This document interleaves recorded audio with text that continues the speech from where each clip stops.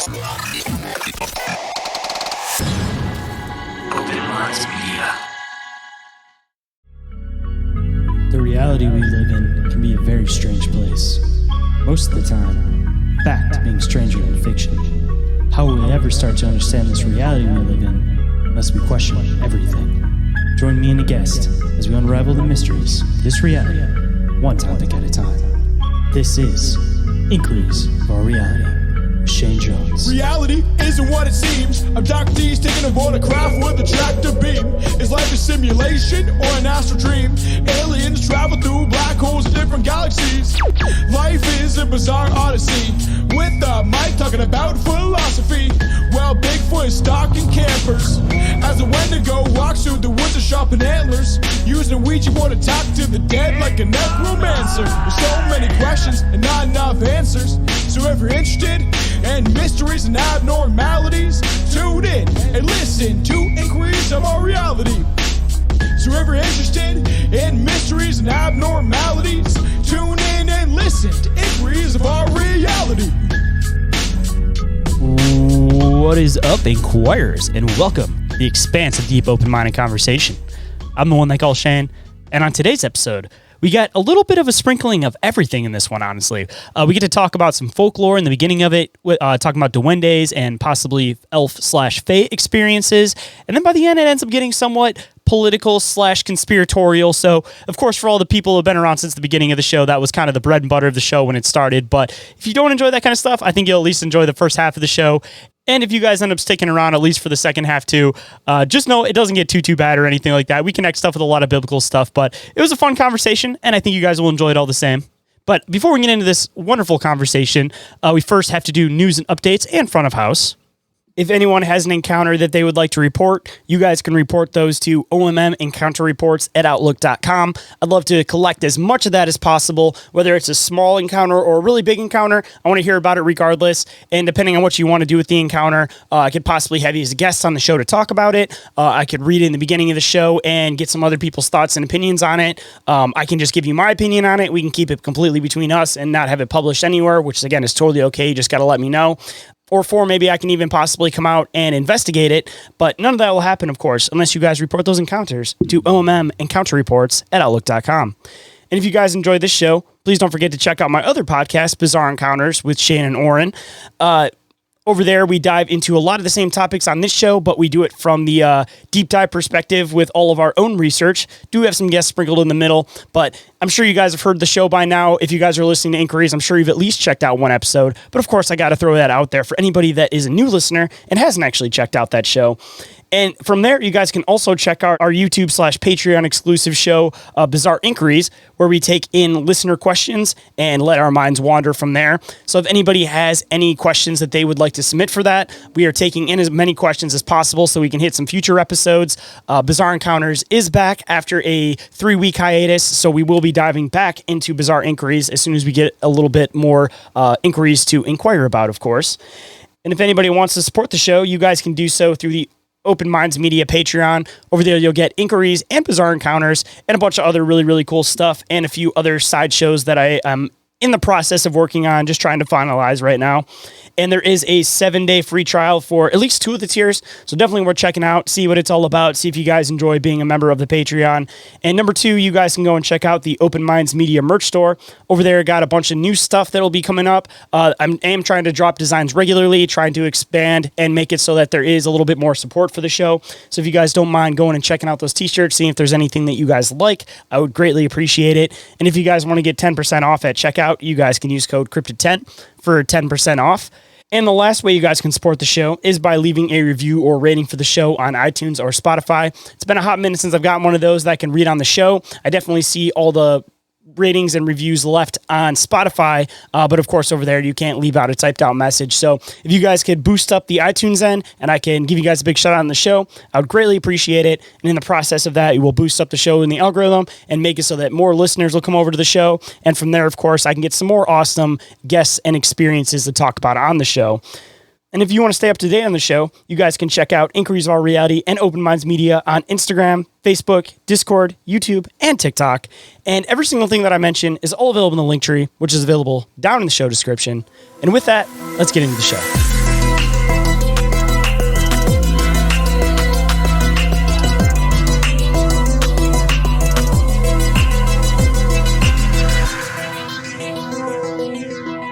please welcome to the show, Trebles Garcia from Paranoi Radio. How's it going today, man? Paranoi Radio. Thank you so much for having me, dude. It's a pleasure. How's it going, dog? Dude, we've been trying to set this up for what feels like probably like a year now, and we've just kind of had like scheduling conflicts bouncing back and forth, but we finally actually made it happen for once, so. Yeah, definitely. I want to thank you again for allowing me into your show, bro. And if I may, I want to thank the listeners for allowing me to enter this space, and I want to thank the Lord for allowing me to be here today. Yeah. Man, we'll have to set something up again for your side because we had a little bit of misconfusion in the beginning. We thought you thought I was coming on your show. I thought you were coming on my show. And I don't know if we actually ever like went back and forth in the messages and actually said what was actually happening. So it happens. It happens to the best of us, especially when you're freaking busy trying to make it happen for yourself, bro. So at least we're here. That's all I'm thankful for, bro. Oh, yeah, man. Actually, this is my first podcast in about a week or so. I took a week off just to take some personal time and stuff. So I'm all refreshed, restarted, man. And I'm really looking forward to this conversation. Same here, dude. Thank you for having me. And I guess before we get rolling into everything, man, for anybody that may not be familiar with who you are, what you do, and what exactly your podcast talks about, why don't you give them some of your background and let them know a little bit about what you do? Absolutely. My name is Trebles Garcia. I'm the host of the amazing adventure that is Paranoi Radio podcast. You can find us at paranoiradio.com. And we revolve around, the show started about 4 years ago, and it revolved around conspiracy theories. It was born when Kobe was dead, Kobe's death, with Babe Ruth's explosion, and then we just evolved from having conspiracy theories, paranormal activity, political conversations, and day-to-day conversations. Now we have No Filter Mondays, where I discuss heavy conversations with the followers and subscribers directly on Instagram, and we're bringing in a lot of different names on the show. So if you want to check us out, check out the categories and the categories of the conversation, the caliber of the conversation, the people that we have on. And do not forget to drop a 5-star review on Apple Podcasts. That allows other people to enjoy the show as much as I enjoy making it, especially here at Increase of Reality. Man, it seems like with a lot of these shows, man, you always seem to start off with like one particular frame of topic, and then it kind of just expands from there. Because like originally, I was just trying to do like an open-minded talk show, and then it got into cryptids, extraterrestrials, spirituality, conspiracies, politics, like all that kind of stuff. So I just find it really funny how everybody kind of starts off in the same place. And especially when you have these like open-minded topic type shows, you end up broadening your range more than you're ever expecting to actually do on your show. And honestly, man, I feel like it kind of brings everything a bit together too, because once you start researching a bunch of different avenues of stuff, there's a bunch of different connections between all of them. And I mean, like, even with like the political stuff, there is also like the whole weird, sex cult side of it. And then there's the other side that's just like straight politics. But either way, no matter which way you fancy it, it's interesting to follow it both ways. Absolutely. And quite frankly, bro, sex fucking sells. Sex is involved in everything, bro. The Bible has the word sex, I think, like 300 times. And it's something that's going to be relevant from the beginning all the way to the end of our existence. And quite frankly, I agree. The conversations can evolve. It could get into a deep conversation. It could get into a very confrontational conversation for the people that are not ready to have a discussion and regulate their emotions, and that are not they're not political friendly sometimes. But people sometimes, quite frankly, when the conversation dives too deep, it takes good hosting abilities, communication abilities, and also have some emotional intelligence for the people, to release those conversations and to negate or pivot your energy.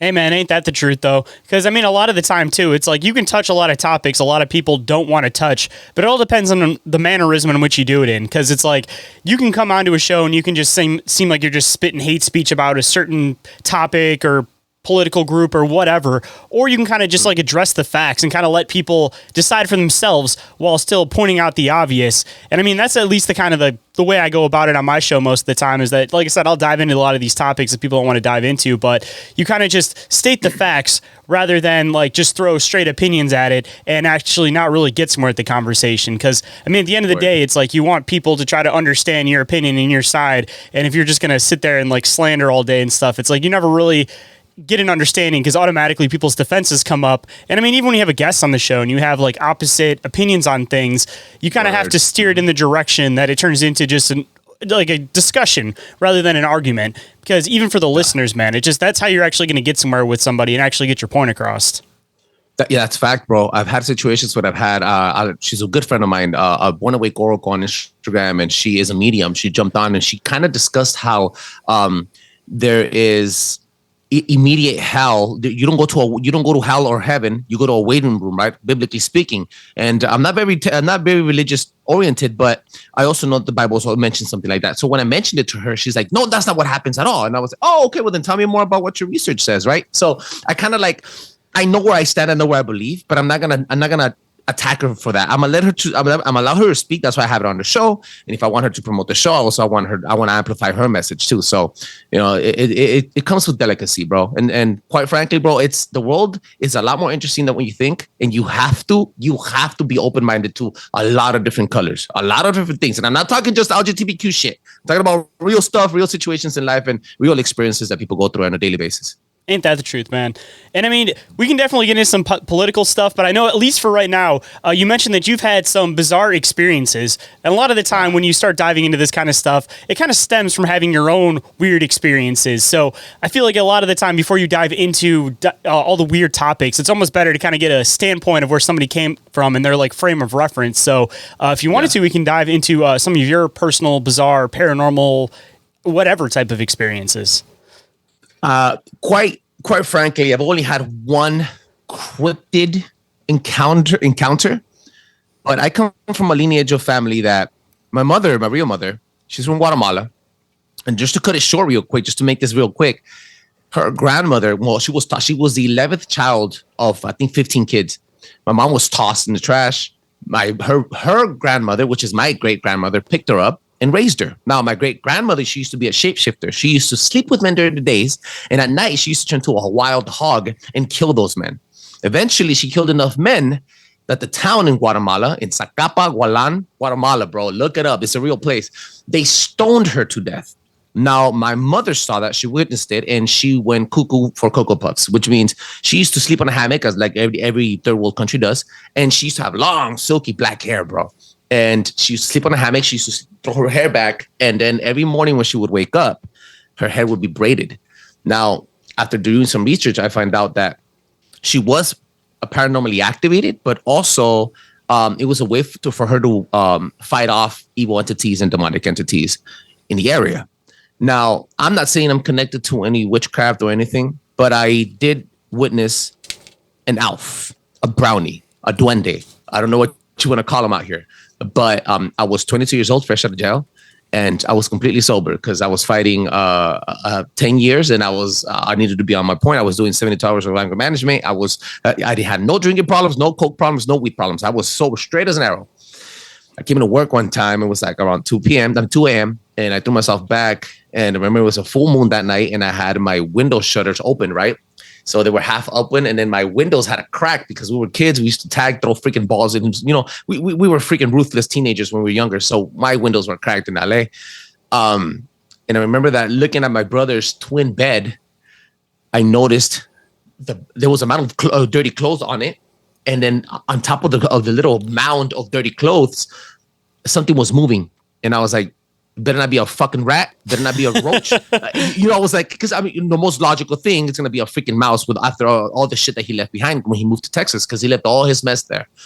No, bro, it was an elf. And I'm shit you not, bro. It was about that high, bro, that tall.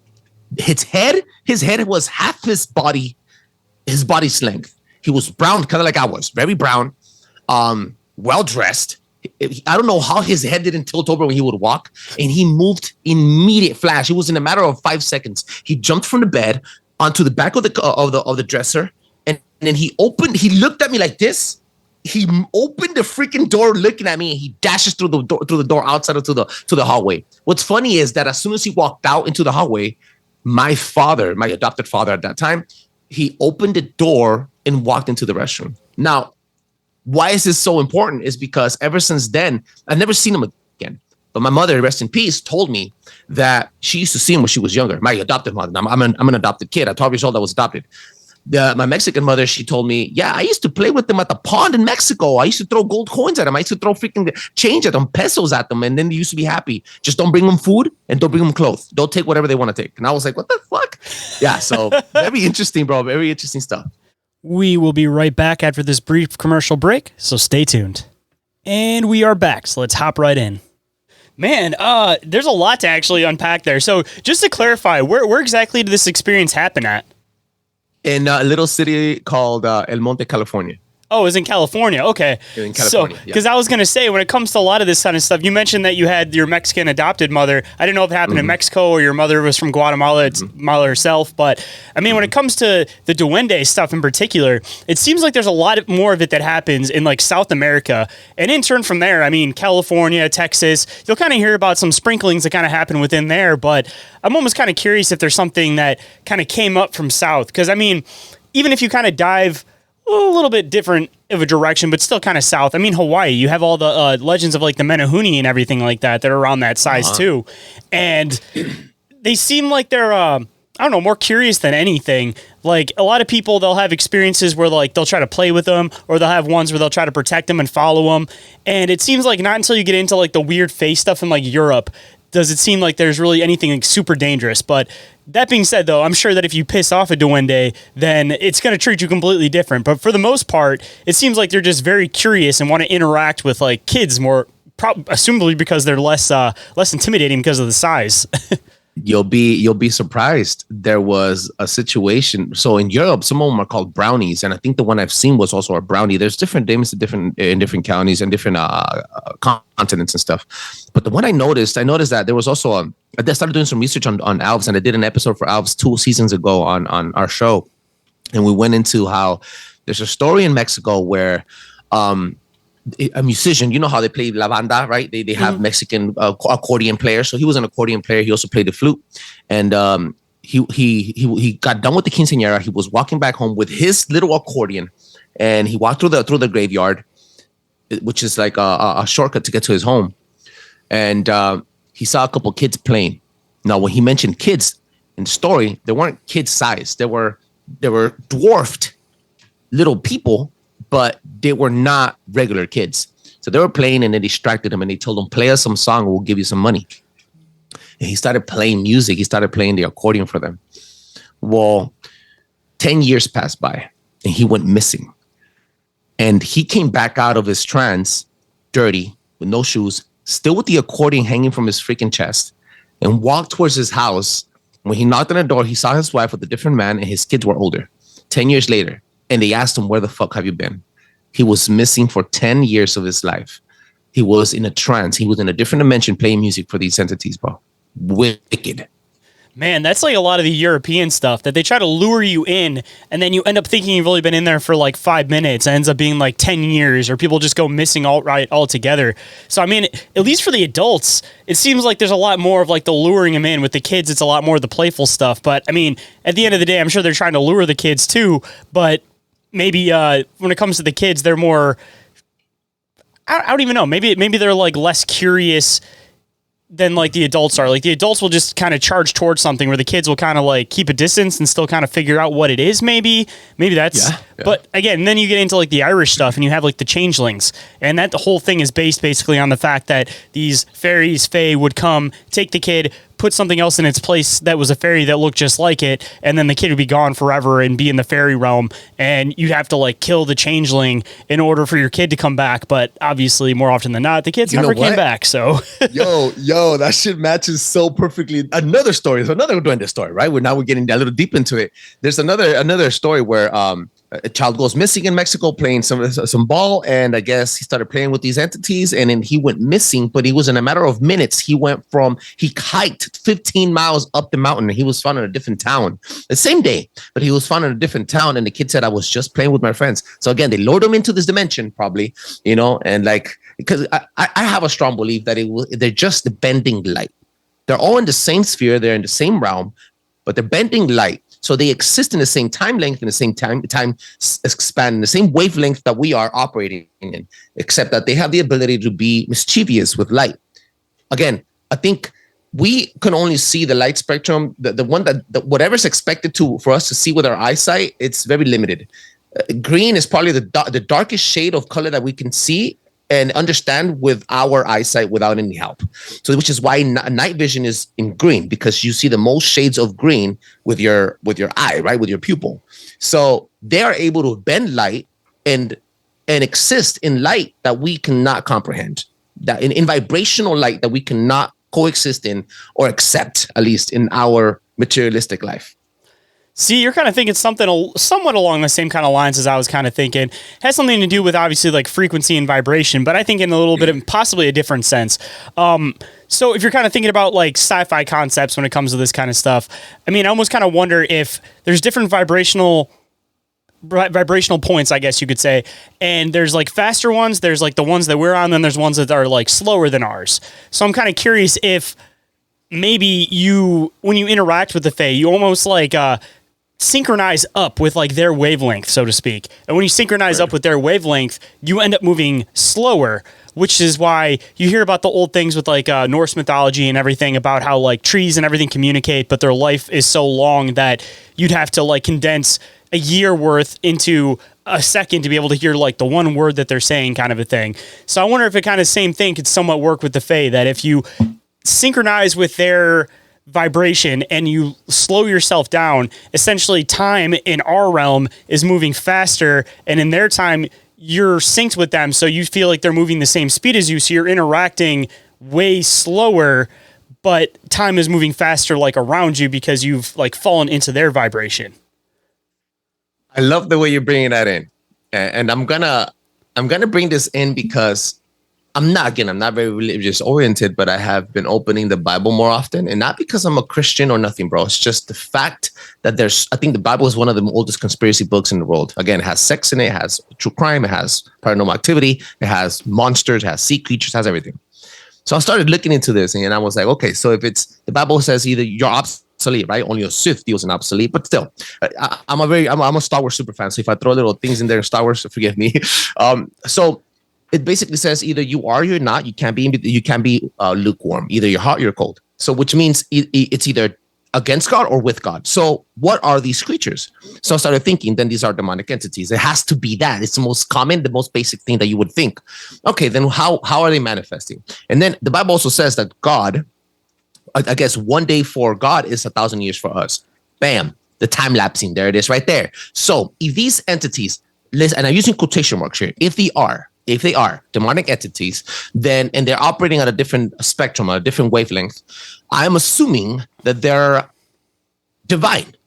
I'm assuming that they have powers that we cannot comprehend, powers given to them by Satan or God, whatever it may be. Nephilim, for example, and stuff like that. So this is paranormal. Paranormal stuff is something that if you cannot understand it, does not mean that you're not going to respect it. And there's a lot of situations, like, for example, UFO abductions, time lapse. Again, all electronics stop, time stops, you lose track of time, you come back, you're older, your hair grew out, et cetera, et cetera. And it happens always with cryptid and paranormal activity.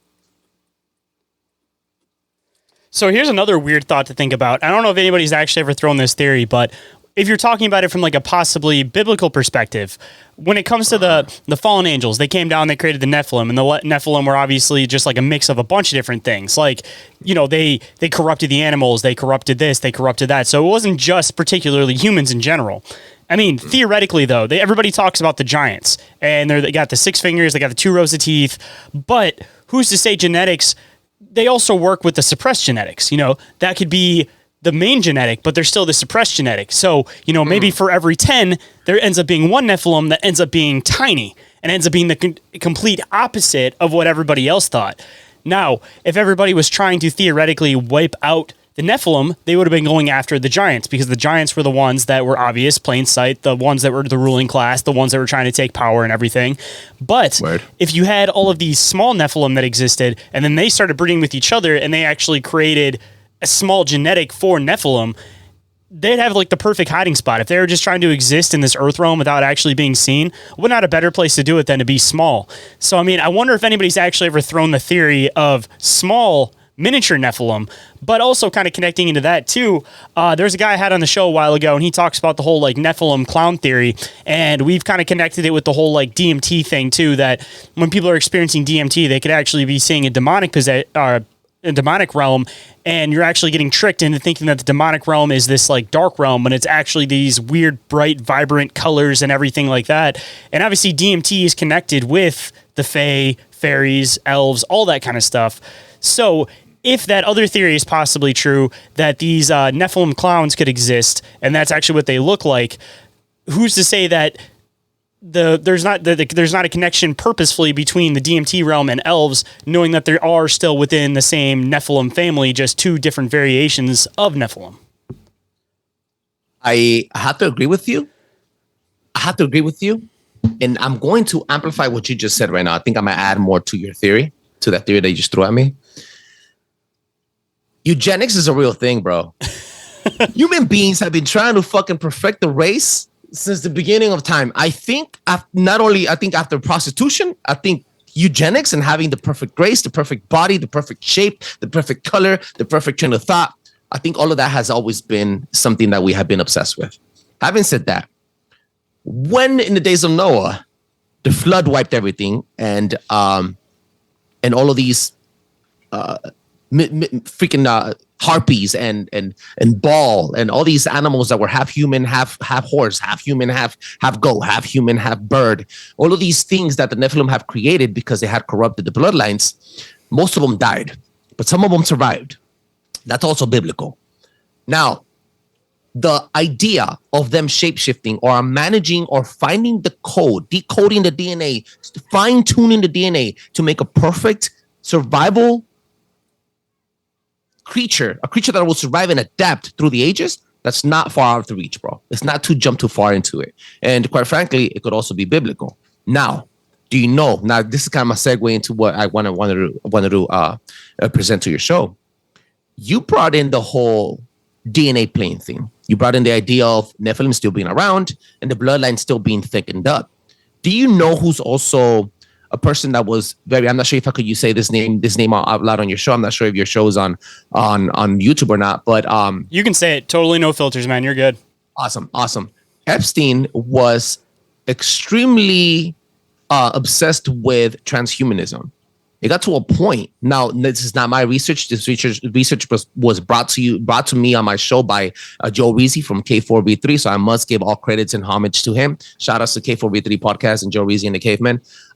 This dude came up and he freaking blew it up. He connected not only clones and human trafficking, but eugenics. Now, this motherfucker had, I think it was called Ranch Zorro or Zorro Ranch in New Mexico, where he was trying to implant his DNA to the majority of the fucking public, to the people around him. Now, I only know one person in history that has ever managed to do this seamlessly, which is Genghis Khan, which I think 3 out of 5 people are connected and we're all cousins to him. If anything, his bloodline remains on Earth and he's forever going to be remembered for that. But Epstein was also trying to do this. Who are we to say that he didn't achieve it? There's a lot of mystery things behind that. Now, this is just a theory adding to your theory. But the point here is managing and cloning human beings to fine-tune and connect them with the Nephilim bloodline so that they continue to thrive and essentially bring forth the Antichrist. Now, I'm going to get a little freaking weird now, but it's a good one, bro. Say, man, I definitely want to keep diving farther into this one since it actually played perfectly into the other one. So essentially what you're saying with that theory, I guess it could go one of two ways. Either one, you're perfecting genetics for the Nephilim and actually correcting the Nephilim bloodline, or on the other side, are you creating some type of like a host vessel for the spirits of the fallen angels, whatever, or not, they don't want to call them spirits, but like the fallen angels to actually be able to inhabit a vessel again? Which kind of way is the theory kind of going? The avatar theory. So check this out. So the point here is to perfect the bloodline, eventually to have the perfect avatar. Now, I'm just going to throw this out there. Clonaid stopped getting federal funding in the Clinton era, 1997, I believe. Clonaid is the biggest corporation based in the Bahamas. It's a U.S. corporation based in the Bahamas. It's a company that created basically Dolly, the cloned sheep, right? Okay, again, the sheep, simulation to what's it called? The sheep in the Bible, God's lamb, the Lamb of God, right? It's very similar. Okay, so check this out. It connects to the Bible. So what they're trying to do, and this is the theory here, what they're trying to do is perfect the line, the lineage, and create the perfect body to evoke the Antichrist. And why am I telling you evoke the Antichrist? It's because in order to clone a human being, just like Jurassic Park mentioned in 1991, all you need is DNA. You don't need a sperm donor. You don't need an oven. All you need is DNA, and you'll fill in the gaps with something else because DNA is completely codable and hackable. Now, what they're trying to do is build a perfect body using the DNA of Jesus Christ. and evoking an evil entity to bring forth the Antichrist. And Epstein, the human trafficking, and using all these kids for sex and cloned kids for sex and organ harvesting, like the movie Island depicted. All of these things have to play in order to bring forth the Antichrist. And I know I'm kind of reaching here, but I'm not giving you the full turnaround. Basically, what they're trying to do is, I don't know if you know, but Jesus Christ was a Jew. And this is going to sound funny as fuck, but the Jews are known for keeping a great record of their group of peoples by snipping the tip of the dick, taking off the foreskin. So basically what I'm coming to you, I'm telling you this right now. Somebody out there has Jesus Christ's foreskin, and they're trying to evoke him by creating the perfect Jesus image avatar body. I think I've heard about somebody talking about that relic on some other podcast, saying that there's like a bunch of people that have claimed to have had it through the years, different churches claiming to have it and everything, but nobody actually knows if it's the real one, where the real one's at, but they know that it's out there somewhere, theoretically, right? Theoretically, yeah. It is wicked, bro. If you want to think about it, you're like, okay, well, the Nephilim, paranormal activity and everything, yeah, everything's here, and it exists now. No past, no future. It's now. You only dominate where your 2 feet are standing and where your wavelength of brain power capacity is at. Like, this is all you have, and how you can bend light with your energy, with your frequency, with your energetic pulses. Like, you're a battery. You're in this matrix, and you can really bend light around you. However, there's also evil entities trying to suppress that power from you, because we are God and God is within us. Now, and again, from a biblical standpoint, right? It's not too far to jump, bro, to say that that the elites have been working towards creating the perfect avatar to bring forth and rush in the new era, the new world order.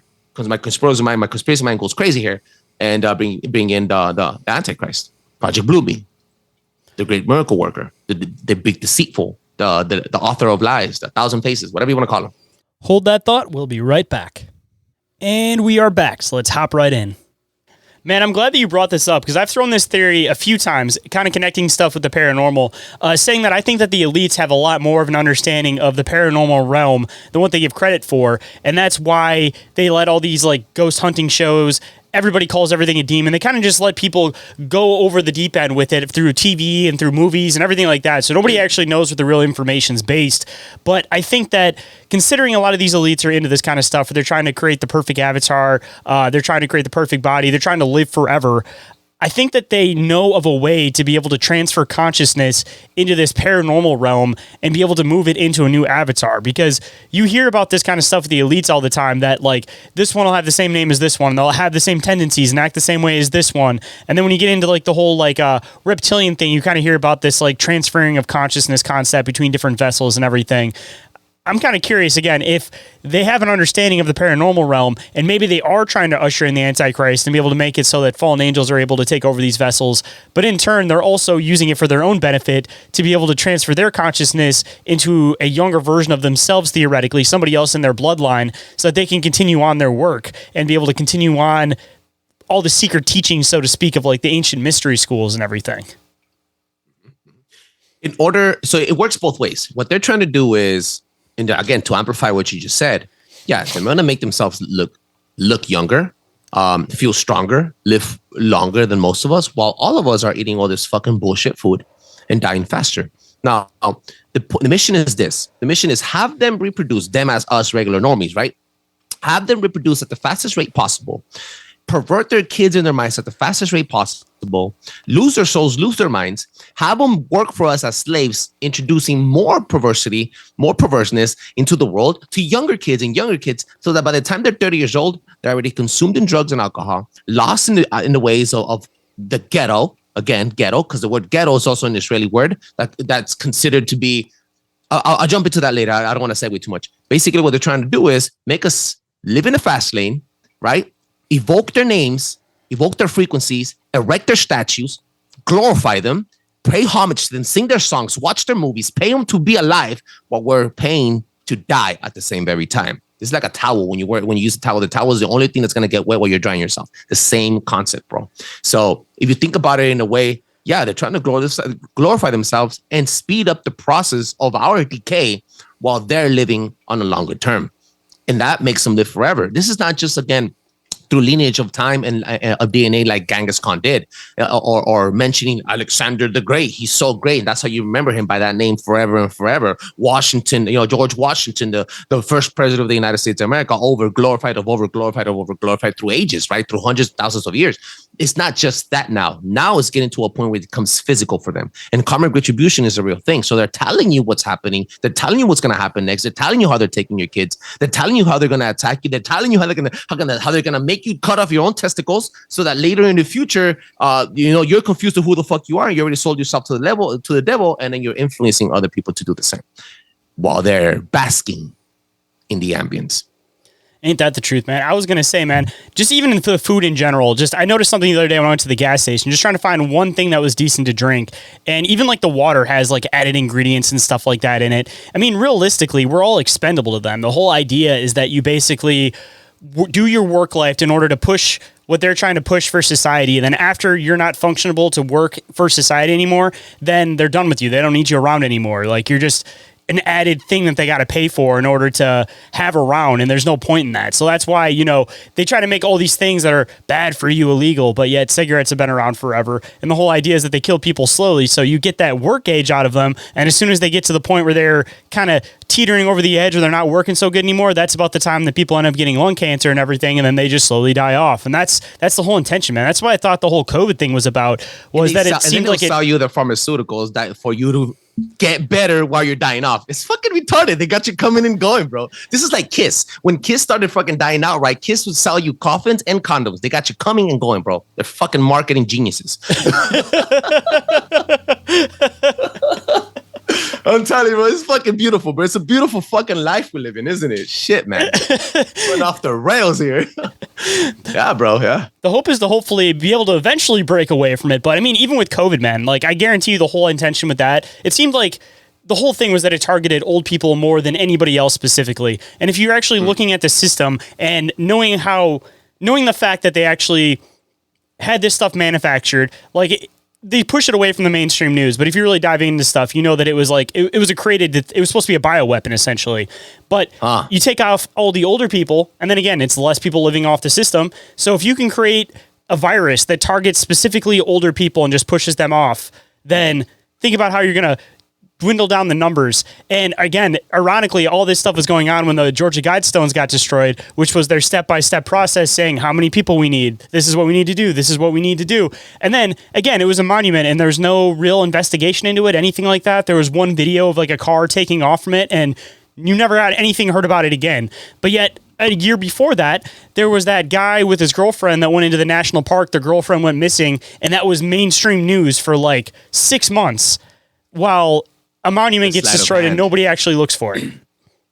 You know what? That's, quite frankly, they eliminated the older generation because they know that the older generation would bring in, and I'm not trying to make this political, it's not political at all, but the more conservative view, the more moral view, the more values into the world. And as soon as they got rid of most of the people that now were not only a weight and dead weight to society and to their monetary system, what they did was they amplified wreckage. They amplified the chaos. They brought in the COVID vaccine. They brought in LGBTQ.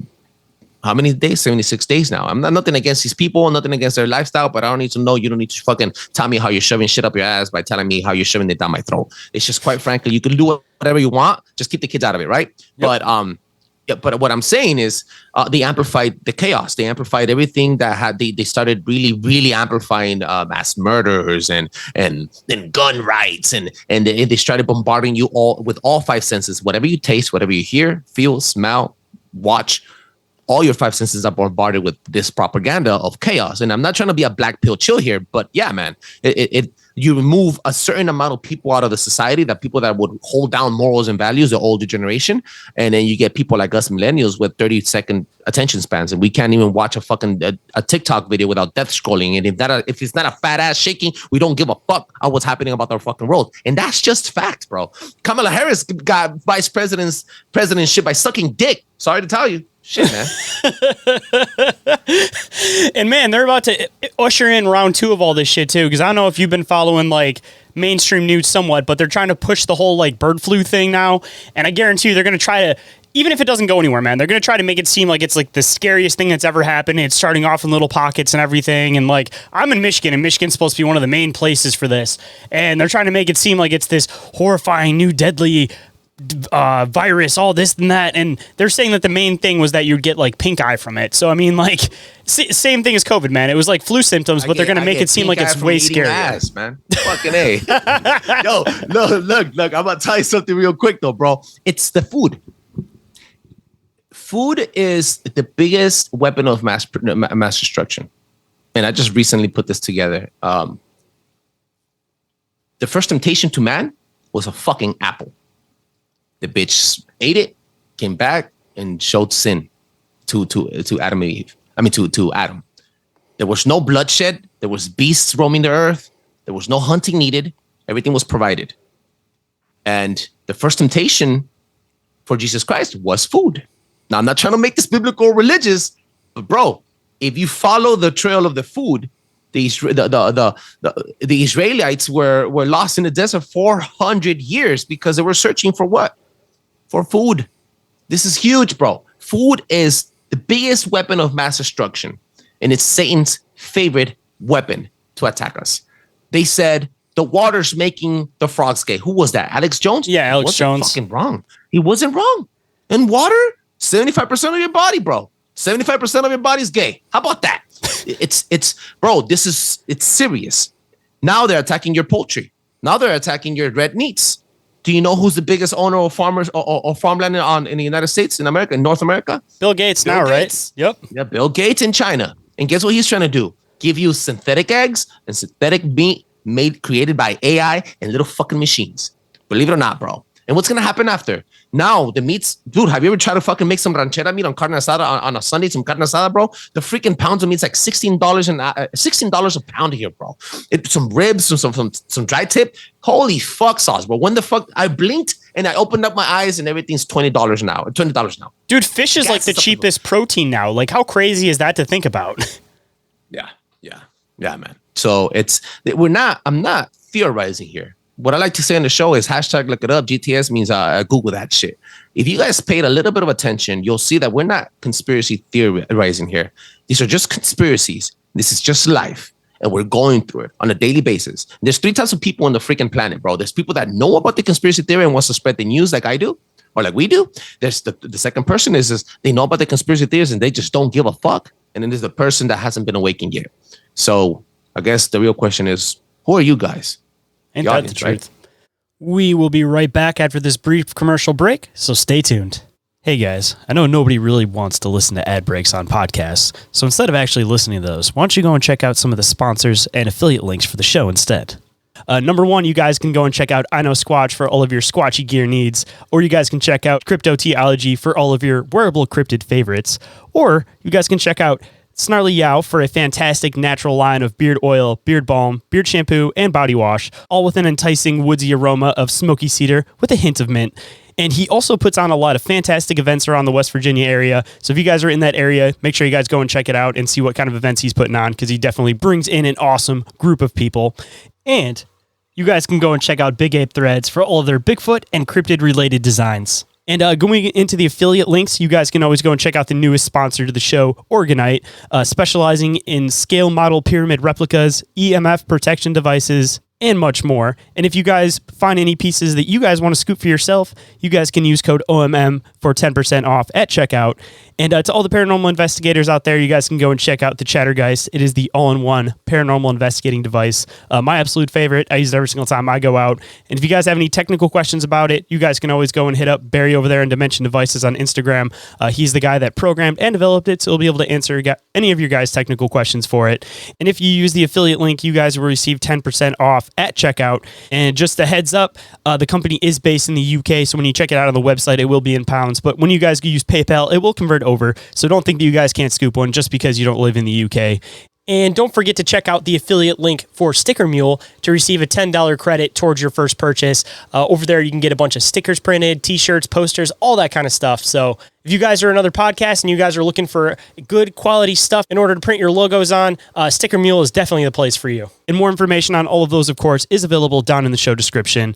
Let's quickly run through some commercials and get back into the show. And we are back, so let's hop right in. I mean, and even going back into the food stuff, man. I mean, think about how it's changed over the generations, too, where even like 50, 60 years ago, like most people were still farming their land and stuff. People actually had access to their own food, and they've completely pushed people away from that and into like city life where nobody has any of their own food. So what's the next step after that? You control all the food. Nobody knows how to make their own food, raise their own food, do any of that kind of stuff. And then essentially from there, you can completely control the population off of them saying, you know, you get food, you don't get access to food. And even when you move forward into the whole like idea that you have to have a social credit score in order to go to like a grocery store and everything like that, theoretically, they could completely block people off from food because now nobody has the means of growing or maintaining their own food anymore, unless again, they're waking up now. And it seems like there's a good handful of us that actually are learning how to farm our own land, how to raise chickens, how to do all this kind of stuff. Even it's just a backup plan. So that if you ever get your back pushed against the corner one day or against the wall one day, at least you'll know how to do that. You know, like most people, you could give them a bunch of seeds and they don't even know where to start. You know, like that's horrifying to think about. Yeah, it's illegal in California to collect rainwater. Hashtag look it up. Same with Michigan. Illegal.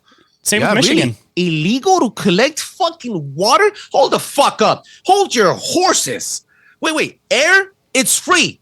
How is, dude? You took Sky Daddy's fucking free gift to the United to humankind, and you want to fucking monetize it? Hold. Now you have water. You're monetizing the free gifts that Sky Daddy gave us. Sky Daddy mean God, right? How the fuck? It's blasphemous, bro. And you know what, bro? It's not their fault.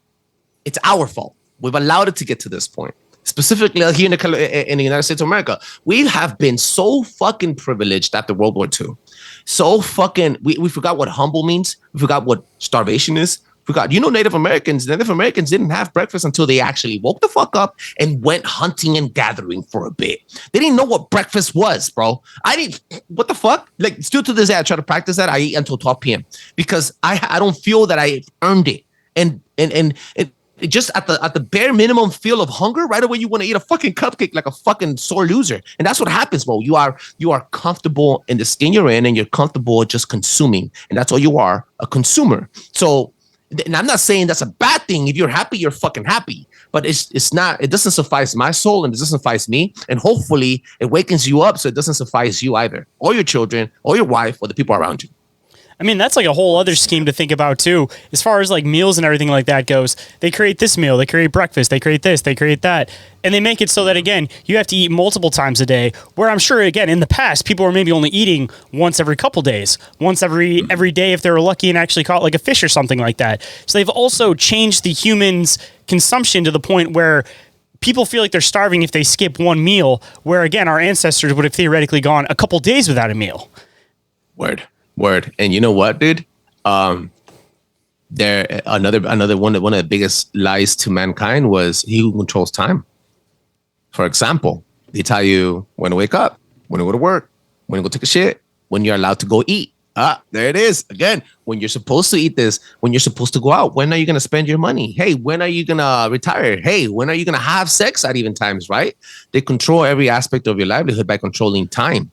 And time is probably one of the biggest lies that Nasha, which means deceit in Latin, has provided the humankind. Government also means mental control, mind control in Latin. Give that a second thought. How the fuck are you here, bro? It's stupid. The people that are for abortion. Yeah, fetus means little people. It means little person, bro. There's a lot of things that have been disconstructed and emotionally disattached so that you don't react to it in an emotional way, going back full circle in an emotional intelligence, right? And you to rebel against the people that are actually telling you how to live. But again, the seasons have been disconnected. We get the winter late in the winter season. The winter solstice is different now. I remember when I was a kid, winter would hit November, December.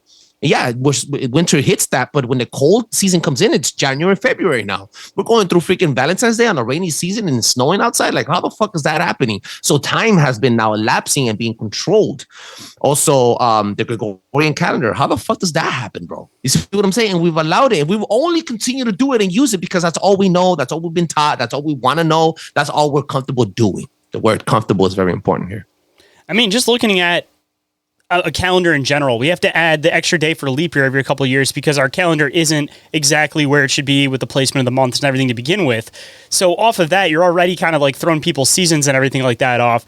And then coming into like school, man, you go to school, you react to the bell, you go and eat when the bell tells you to, all of this kind of stuff. It's prepping people for what they want you to be as an adult. Because the whole thing was that like the school system in the United States was created by the Rockefellers. And what they would always say was, we want people smart enough to control the machines, but not smart enough to revolt. So they're just giving you the basics, getting you into that comfort zone, getting you into that routine. But then while they're getting you comfortable with that routine, they're also in normal society throwing complete chaos at you at this current time.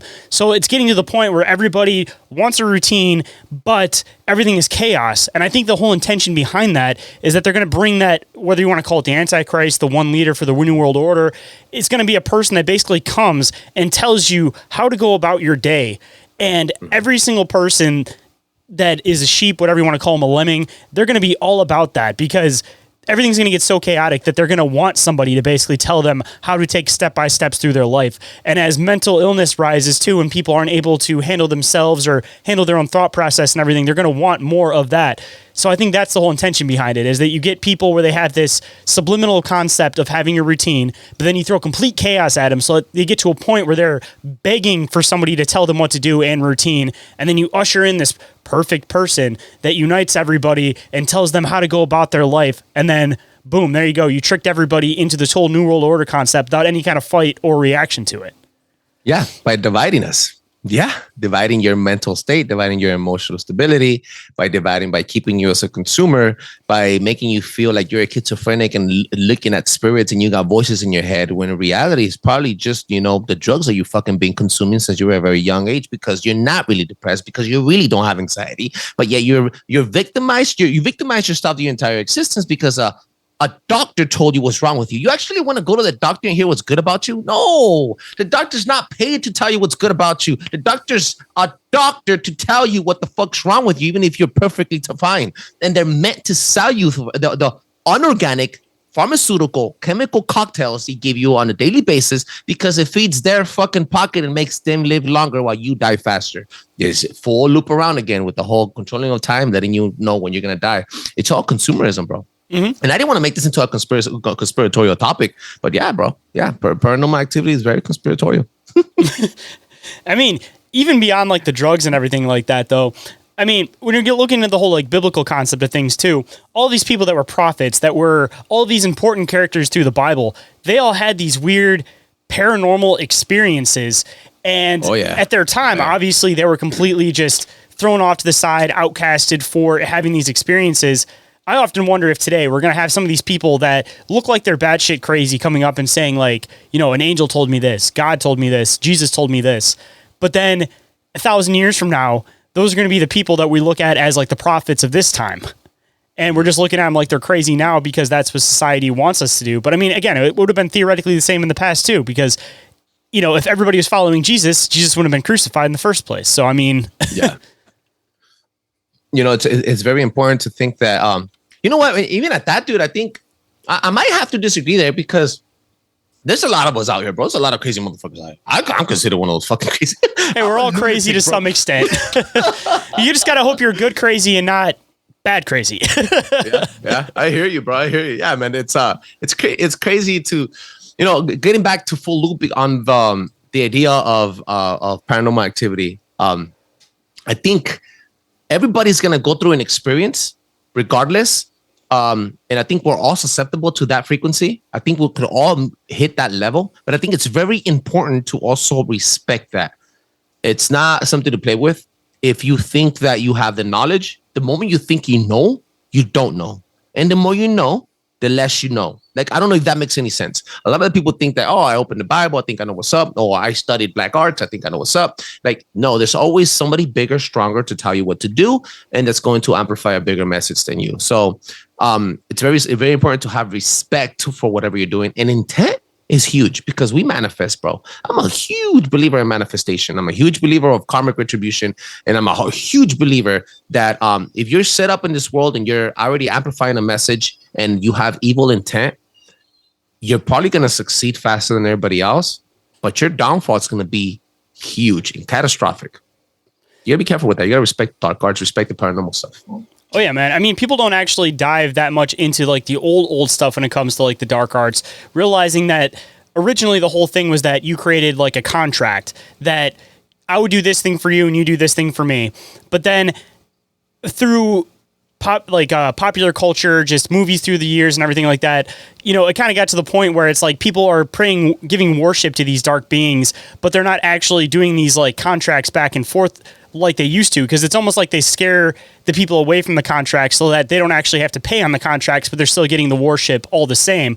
And this is like a concept I've talked about a lot on the show before, that basically they're taking it away where they don't have to do their portion of the deal, and in turn they're still getting all the worship and fame and everything like that for it. And back in the day, again, it was more of like a beck and flow type of relationship, because I mean, you dive into the Bible, man, and you even had like King Solomon, who was like figured out a way to be able to control these demons and everything like that and use them for like his benefit. And it wasn't until later on that it started getting looked at as bad, because again, it was like, I guess there's two philosophical ways to look at it. Either one, you're working with demons, which is obviously an evil thing to do. But on the other side of it, if you learn how to control an evil being, does that make you evil for using that evil being for your benefit? Especially if you're making that evil being do something that's not necessarily evil. But again, it's still the morality thing that comes back and forth into that. Yeah, the morality. Yeah. It makes, I think, holy fuck. Kind of like the Dracula, like if he did exist, kind of like the same thing, right? Dracula. Like the real story, he did it for his kid. It's kind of like if you want, I don't know if you're a Star Wars geek or not. I actually got Darth Vader tattooed on my leg. I was going to tell you earlier in the show. I got him tatted on my arm, bro. like, okay, how do you look at Anakin? Like, okay, he brought force, he brought balance to the force, but fuck, bro, his pain, the sorrow that he put himself through, was it really necessary to put yourself and your wife through that, bro? And you double think, you take a second look, and then what was the bigger outcome? Before Disney fucked it all up, it was a great outcome. After Disney got it, I don't know what to tell you, bro. I was fucking lost. I won't fucking see those movies again. But yeah, man, it's questionable. It's very questionable. What makes it self-righteous? What makes it right, and what makes it wrong? And I guess at that point, you would have to just leave it in God's hands. And if you're right with God, then you know it's your intimate relationship with Him, and it depends. I'm sure He'll forgive you for some stuff. Hold that thought. We'll be right back. And we are back, so let's hop right in. I mean, here's another weird thing to think about, too. You're talking about bringing balance to something. Just in general, this can go over something biblical, or this can go back into, again, another Star Wars reference. But most people think of balance as, like, the center point. But that isn't necessarily always the way that it's viewed. Balance could be that you've had just as much good as you've had bad.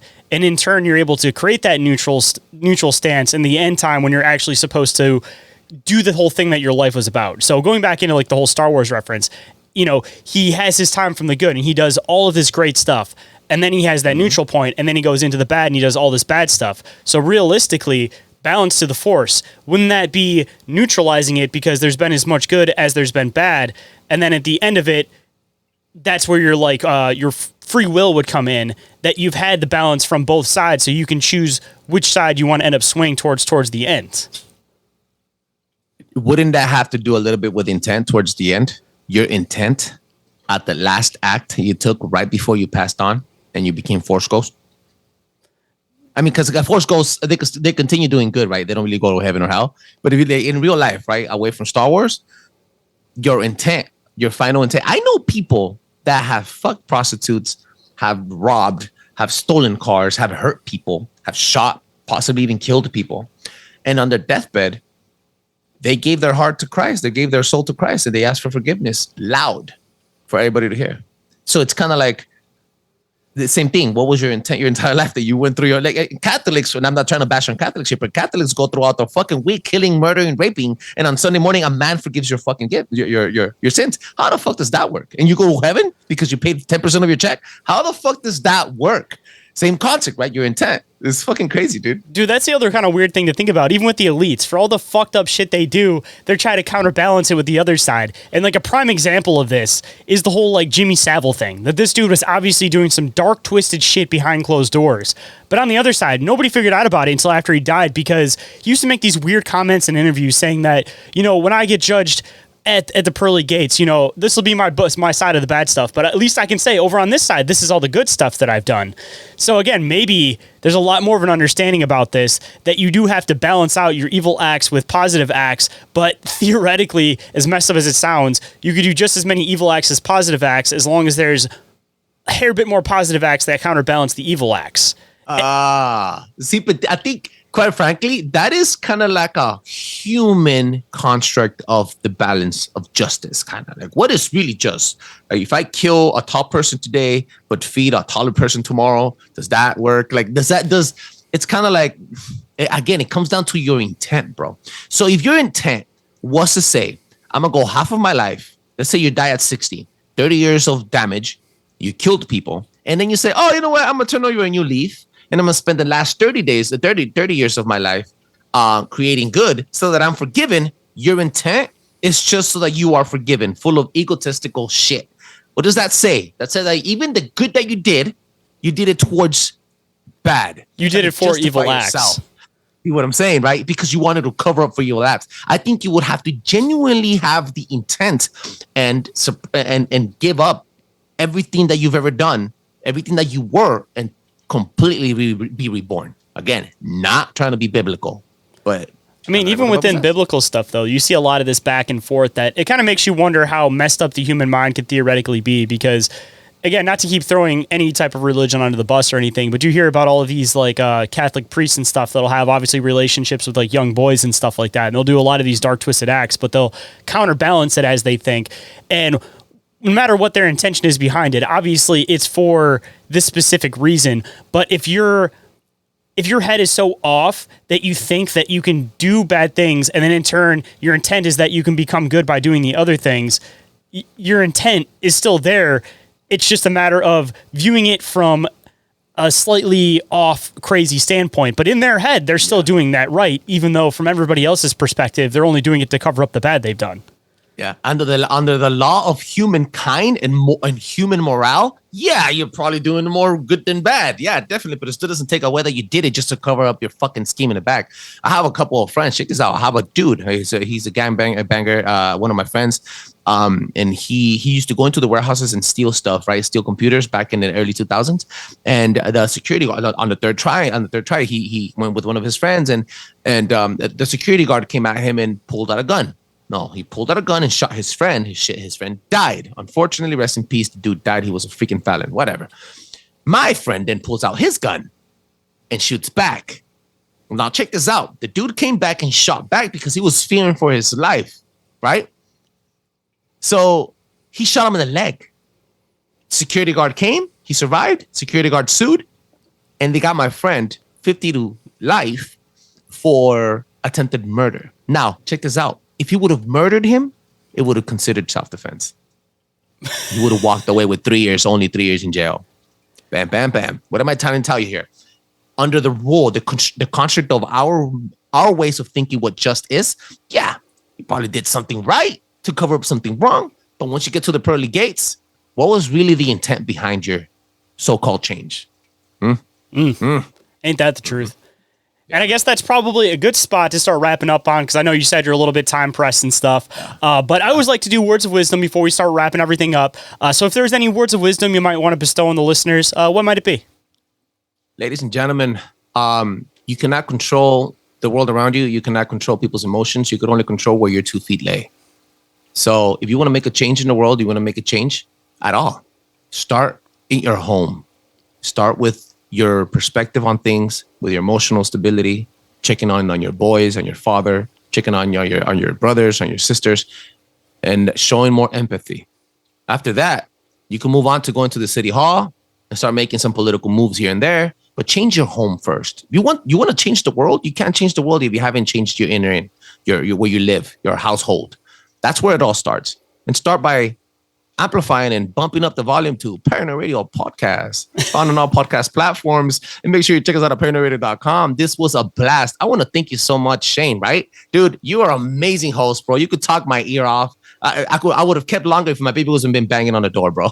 Oh, no, you're totally good, man. Me, dude. I can hear my baby actually screaming in the back, too, so I know he's still awake, so I probably got to deal with that one, too, so completely understand, man. And I appreciate you making the time to come on today, man. Looking forward to the next time, whether you come on my show, I come on your show, man. Either way, I know it's going to be a great conversation. Yeah, thank you so much for having me, and thank you to the listeners. Again, drop a 5-star review up a podcast that allows other people to enjoy the show as much as I enjoy making it. And 5 stars all around. Don't forget to leave 5 stars for his show and for my show. Leave 5 stars for any podcast you guys enjoy. If you're interested in being a guest on the show, having me as a guest on your show, sponsoring the show, or getting a hold of me for any reason whatsoever, you guys can get a hold of me through email, which is increaseourrealitypodcast@outlook.com, or through social media, Instagram or Facebook. But Instagram is the one that I'm more active on, but Facebook is also definitely a viable option. Or you guys can go to the link tree and fill the submission form. Should be all the way up at the top. And the other submission form is for reporting an encounter. So if you guys have any of those, don't forget to do that too. And if anybody's interested in podcast or audiobook production services, you guys can shoot me a message through Open Minds Media, which of course is also a link that's available on that link tree. Just like every single thing that I mentioned today is all available on the link tree. And with that, hope you guys enjoyed the conversation, and I'll catch you on the next one. Have a good night, everybody.